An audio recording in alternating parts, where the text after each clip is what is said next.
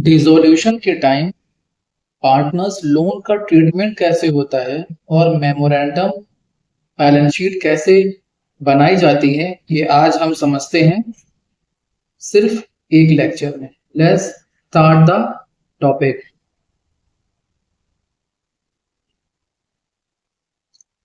देखिए, तो यहाँ पर आपको दिया हुआ है पार्टनर्स लोन। देखिए, यहाँ पे आपको एक कॉन्सेप्ट दिया है, इससे प्रीवियस लेक्चर में मैंने आपको बताया था पार्टनर्स लोन के बारे में। तो यहाँ पर एक फुल फ्लेज में पार्टनर्स लोन का क्रॉस कैलकुलेशन समझें। क्रॉस कैलकुलेशन मींस मैंने जैसे आपको बोला कि यहाँ पे एक पार्टनर है, उसका नाम है ये आर आर फॉर राजू। तो फॉर्म ने क्या किया था, राजू से लोन लिया था 10,000 रुपीज का। देखिए साफ साफ लिखा है देने हैं, राजू को 10,000 रुपीज देने हैं। और ये पार्टनर्स, ये बैलेंस शीट के लाइबिलिटी साइड में, ये देखिए ये लाइबिलिटी साइड है और ये असेट साइड है। तो लाइबिलिटी साइड साफ साफ लिखा हुआ है कि फॉर्म को 10,000 रुपीज पार्टनर को देने हैं, दैट नेम इज राजू। ठीक है ना, देने हैं लिखा भी है यहाँ पर साफ साफ, क्लियर है। तो इस, ठीक है ना, पहले इस कैलकुलेशन को हम समझते हैं, उसके बाद हम एंट्री को समझेंगे। देन उसके बाद फिर हमारी नजर पड़ी, यहाँ पर देखिए क्या लिखा हुआ है, if partners capital has debit balance. अरे डेबिट बैलेंस क्या होता है भाई?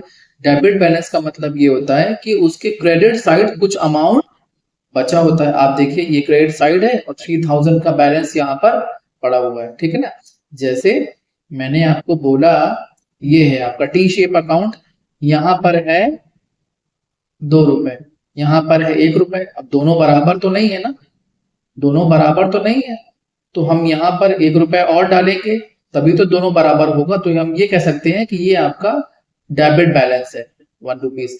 तो वैसे ही यहाँ पे कितना है, 3,000 रुपीज डेबिट बैलेंस है। देखिए बगल में साफ साफ लिखा भी है आपको, देखिए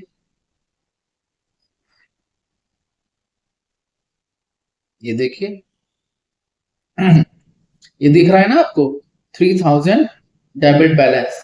ठीक है ना, तो जब हम, तो कहने का मतलब ये है, अब यहां पर आप समझो, तो कहने का मतलब ये है कि एक तरफ हमने देखा कि 10,000 रुपीज फॉर्म को देना है, फॉर्म की लाइबिलिटी है, किसको देगा फॉर्म?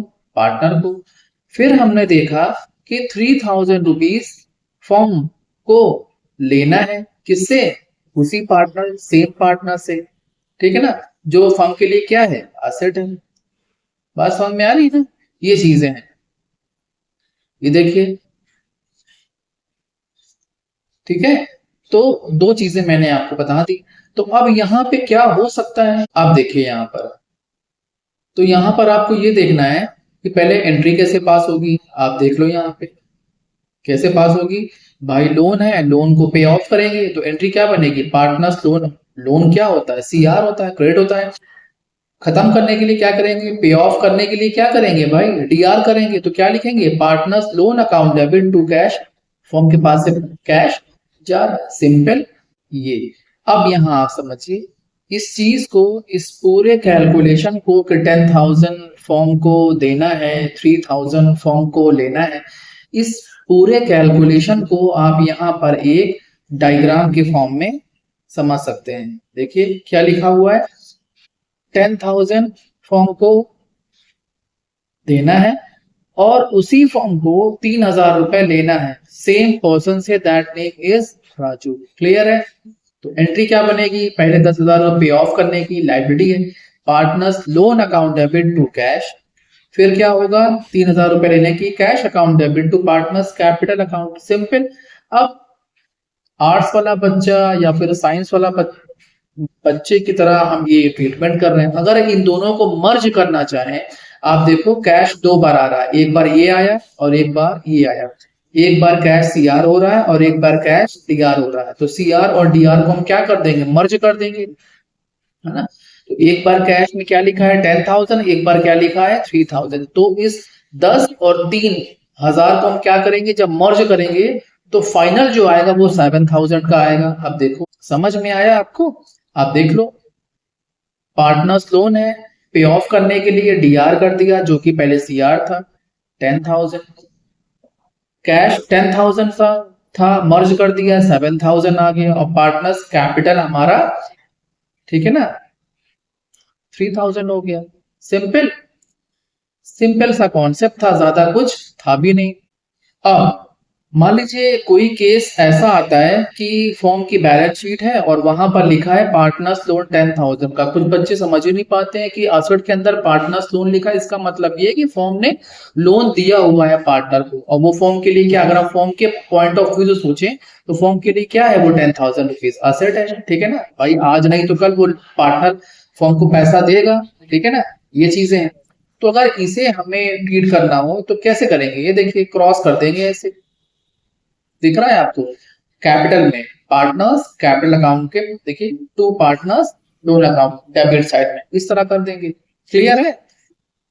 अब यहां बात करते हैं मेमोरेंडम बैलेंस शीट। मैंने कहा ये आपको बैलेंस दिया हुआ है, कैपिटल ए का 10,000, कैपिटल बी की 20,000, क्रेडिटर्स मतलब लाइबिलिटी साइड का जो क्रेडिटर में आता है 5,000, और असेट साइड का जो कैश बैलेंस होता है वो 3,000। अब इसे आप बैलेंस शीट में शो करना चाहे तो कैसे होगा? मेमोरेंडम बैलेंस शीट समझा रहे, कभी कभी क्वेश्चन में बोल देता है एग्जाम्स में, बोर्ड एग्जाम्स में कि मेमोरेंडम बैलेंस शीट आप बनाकर दिखाइए। अब देखिए तो कैसे करेंगे, ए की कैपिटल 10,000, बी की कैपिटल 20,000, क्रेडिटर्स 5,000, ये किसके पार्ट है, लाइबिलिटी के पार्ट है ना भाई, बच्चा भी जानता है कॉमर्स का। तो टोटल किया तो यहाँ पर कितना आ गया 35,000। असेट साइड का टोटल किया तो कैश में कितना था 3,000। अब देखिए हर एक बच्चा जानता है कि लाइबिलिटी और असेट का टोटल ऑलवेज भी इक्वल, हमेशा बराबर होता है। बट यहाँ पर 35 और यहाँ पर 35 तो नहीं आ रहा, कितना आ रहा है, ये 3,000 आ रहा है। डिफरेंस कितने का आ रहा है, 32 का आ रहा है। तो इस डिफरेंस को हम क्या नाम देंगे, कुछ बच्चे क्या नाम देते हैं, सस्पेंस अकाउंट, ऐसा नहीं है। तो हम ये मान लेंगे कि यहाँ पे कुछ भी हो सकता था, मतलब फर्नीचर है, लैंड है, बिल्डिंग है, तो हम इसे क्या नाम देंगे, सन्ड्री असेट 32,000। अब बैलेंस आपका बराबर हो गया, सिंपल। तो लेक्चर अगर आपको अच्छा लगा हो तो please subscribe my channel, and Telegram channel में आप ज्वाइन कर सकते हैं जहां पर आपको क्लास 12th के अकाउंटेंसी के, बिजनेस के, इंडियन इकोनॉमी के एंड मैक्रो के कलरफुल नोट्स मिल जाएंगे। Thank you.